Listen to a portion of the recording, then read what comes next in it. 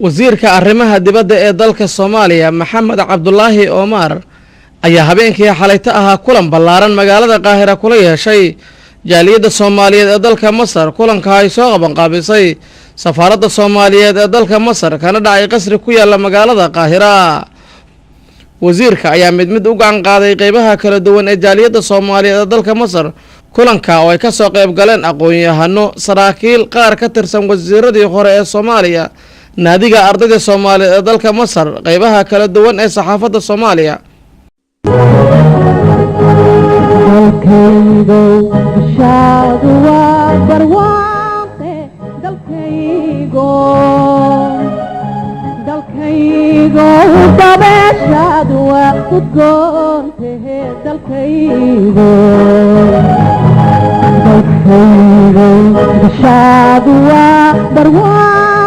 wasiirka oo dhinaca socday qunsulka safaaradda Soomaaliya u fadhiya dalka Masar Ismaaciil Cabdi Xuseen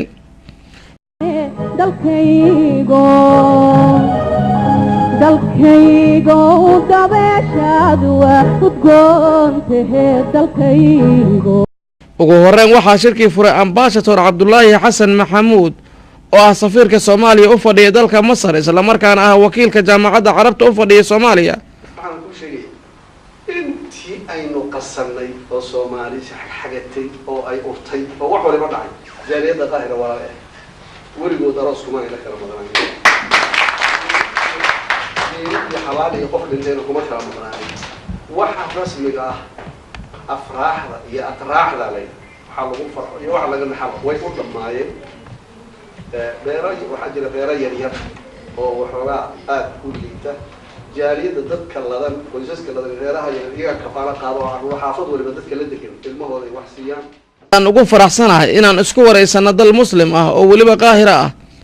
waxa kale oo aan ku faraxsanahay in maanta Soomaaliya mowqif cusub iyo maalin cusub u dhalato dalka iyo dadkaba. sidaasina waxaa yiri wasiirka amuraha dibadda ee Soomaaliya Maxamed Cabdullaahi Omar oo khudbad dheer u jeediyay jaaliyadda Soomaaliyeed ee dalka Masar asigoo ka soo qayb galay shirkii wasiirada arrimaha dibadda ee ka dhacay wadanka Masar.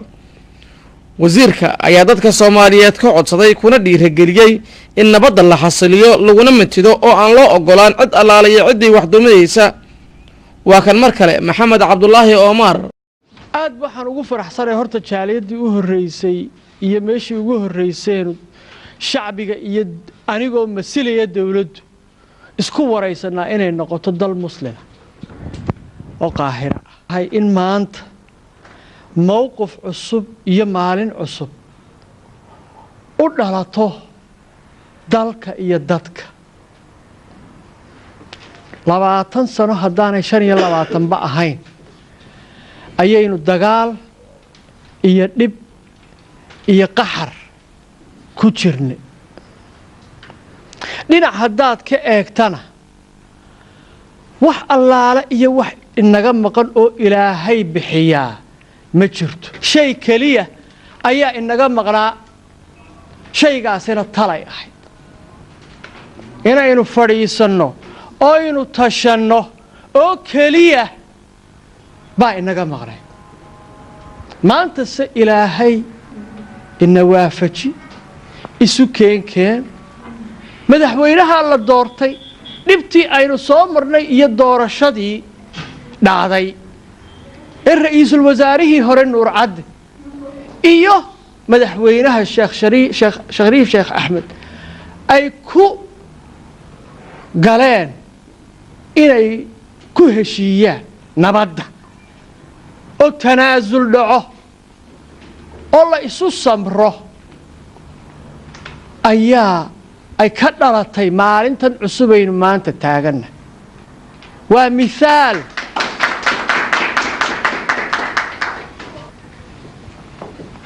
marka maanta talo waynu haynaa. today talo way ina gacantaynu ku haynaa.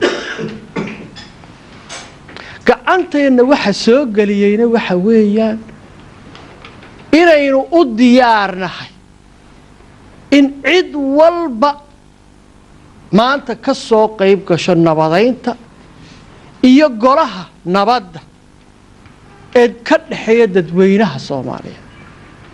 dawladdu waa dhowr iyo 30 qof weeyaan dhowr iyo 30 qof weeyaan nabaddu dadkay ka timaada dadku haddaanay nabadda doonayn dawladina ma yeelsiin karto kumana qasbi karto laakiin dad nabad doonaya mar ay noqotaba way ku khasbi dawladdu inay nabadaasi la ogolaato laakiin alxamdulillah maanta dad nabad doonaya dadweynihii oo nabadda u baahan u ooman iyo dawladdii oo u horkacaysa inay hayna maanta jaaniska inna hor yaalla waa jaanis aan ina soo marin 25 sano haddaanay kaba badnayn marka waxaan dadka ka codsanayaa kuna dhiiri gelinaya nabadda in la dejiyo la xasiliyo lagu mitido oo la ogolaan in cid allaale iyo ciddii doonaysa inay burburiso ay ka hor imanaysa in dadweynuhu waajaho oo nabadda